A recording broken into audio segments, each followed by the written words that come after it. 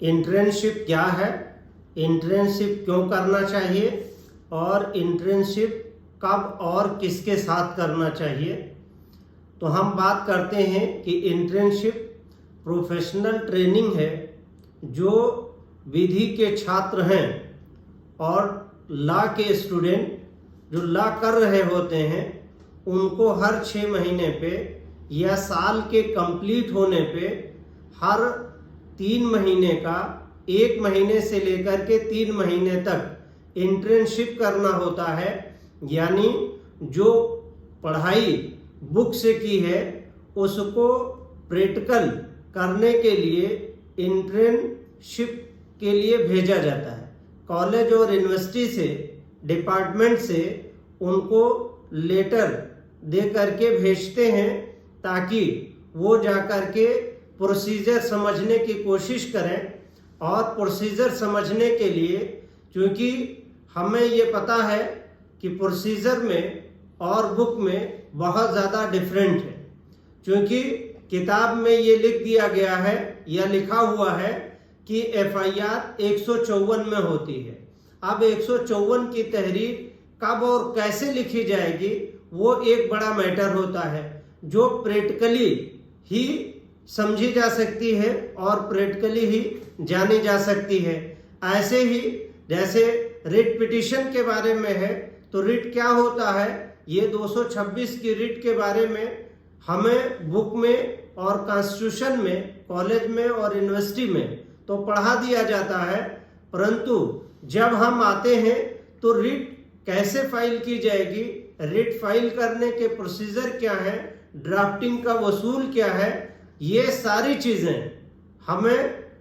क्योंकि किताबों में नहीं मिल पाती है, ये एक प्रैक्टिकल मैटर है, तो इसलिए ज़रूरत पड़ती है कि internship bar council of India और bar council of Uttar Pradesh ने इंटर्नशिप को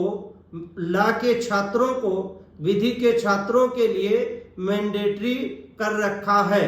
कि आपको लॉ करते समय यानी विधि की स्नातक की डिग्री प्राप्त करते वक्त या समय या उसके बीच में इंटर्नशिप करना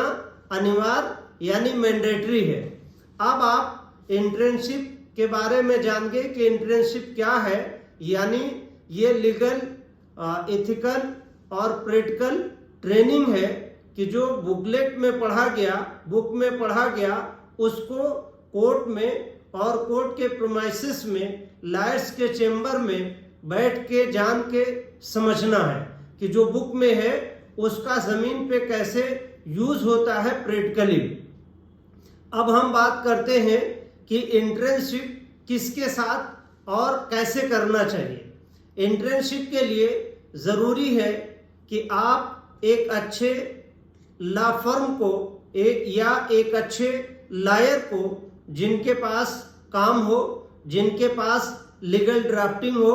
और जिनके पास विभिन्न तरह के मैटर हों, यानी जब आप उनके पास जाएं तो डेली बेसिस पे पर डे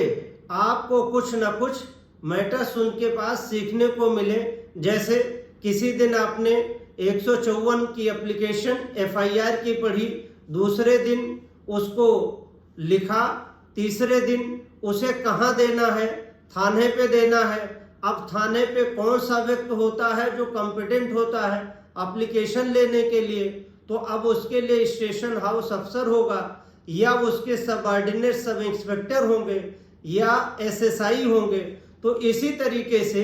जैसे आप रिट फाइल करें,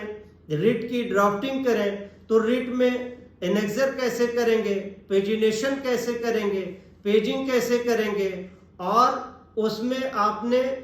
फैक्ट को ड्राफ्ट किया, फैक्ट को ड्राफ्ट करने के बाद अब आप उसमें कैसे देखेंगे कि ग्राउंड्स क्या होंगे, ग्राउंड्स के साथ साथ में आप उसको एनेक्सर जो डॉक्यूमेंट्स और सबूत हैं उसको कैसे सीरियल वाइज और क्रम वाइज में लगाएंगे, फिर इंडेक्सिंग करेंगे, ताकि अगर आपकी पिटीशन 100, 200, 500 पेज की हो तो उसको समझने में इंडेक्स लगाना इसलिए ज़रूरी है, इंडेक्स के साथ में उसमें फ्लैगिंग करना ज़रूरी है ताकि 1 सेकंड और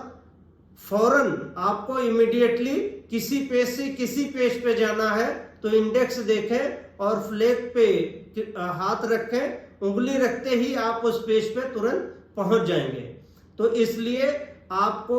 ड्राफ्टिंग भी सीखना अनिवार्य है और ड्राफ्टिंग के साथ में उसके प्रोसेस क्या है वो भी अनिवार्य है। अब फाइलिंग कैसे होगी, फाइलिंग में कोर्ट फीस कैसे डिटरमाइन होगी,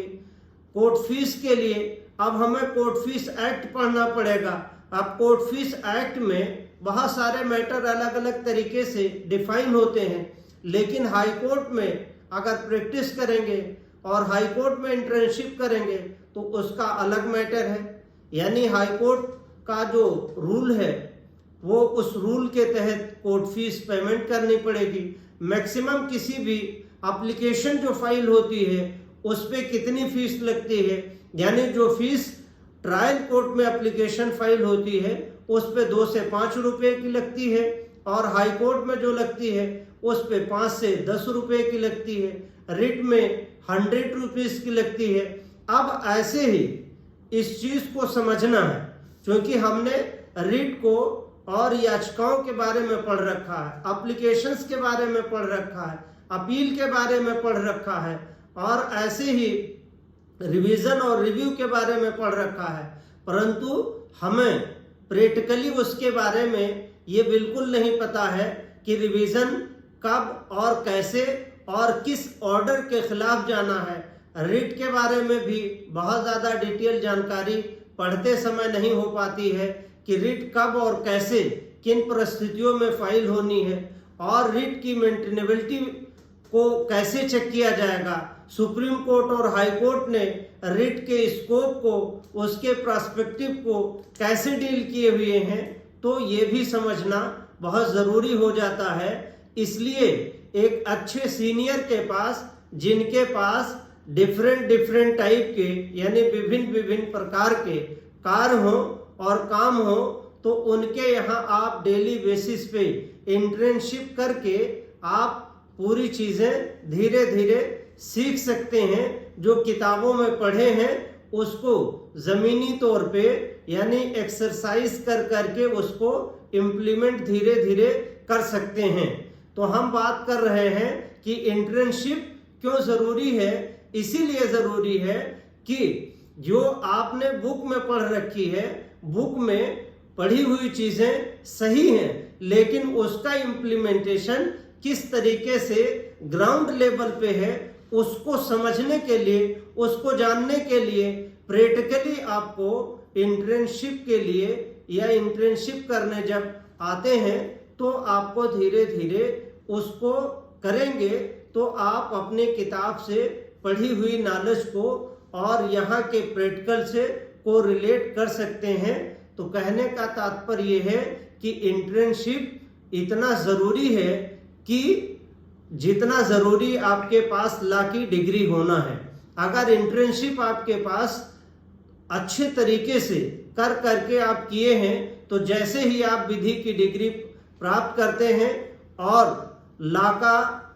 बार काउंसिल में रजिस्ट्रेशन कराते हैं, वैसे ही आप एडवोकेट हो जाते हैं। और अगर आपको इंटर्नशिप में सारी चीज़ों की जानकारी है तो जैसे ही आपको बार काउंसिल से रजिस्ट्रेशन सर्टिफिकेट मिलेगा, आप कोर्ट में अपना अपीयरेंस दे करके इंडिपेंडेंट वकालत की शुरुआत कर सकते हैं। यानी ऐसे समय में फिर आपको ज़्यादा सीनियर की ज़रूरत नहीं पड़ेगी। लेकिन अगर आपने शुरू से पढ़ाई के दौरान, एजुकेशन के दौरान अगर आपने इंटर्नशिप नहीं की और प्रैक्टिकली कुछ नहीं जाना, तो जब आप लॉ पास कर करके रजिस्ट्रेशन कर करके आप कोर्ट में आएंगे तो बहुत डिफिकल्टी का सामना करना पड़ता है। और इसी डिफिकल्टी और परेशानी की वजह से आदमी